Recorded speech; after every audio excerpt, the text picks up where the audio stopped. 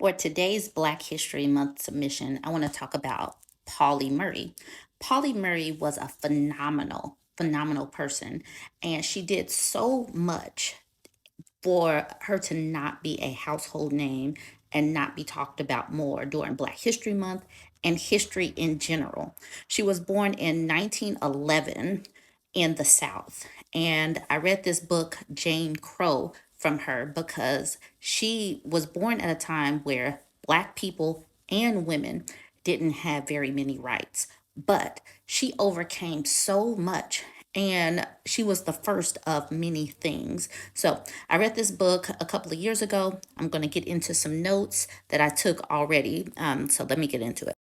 Okay, so she was born in 1911, and both of her parents had mental illness and trauma in her family.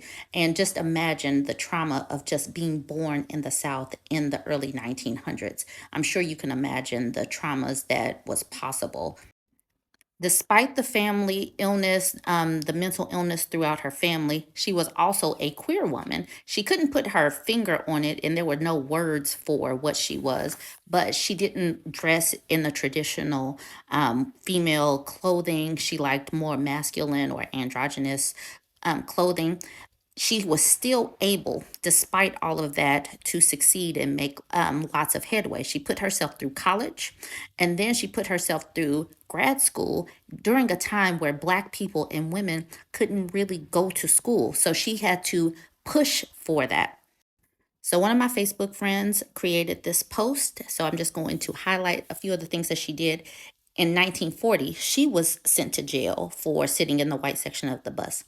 In 1944, she graduated law school, valedictorian, Howard University. She was able to go to Howard University, and this is where she started coming up with the term Jane Crow because she felt discrimination from men, Black men as well.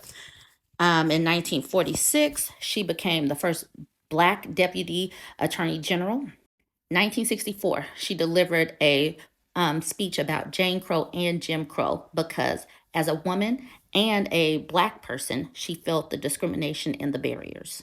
She was also there with the men on March on Washington, but because of the sexism in the civil rights movement, she didn't get any recognition. That's the reason why she's not a household name. In 1965, she received a doctorate of science in law.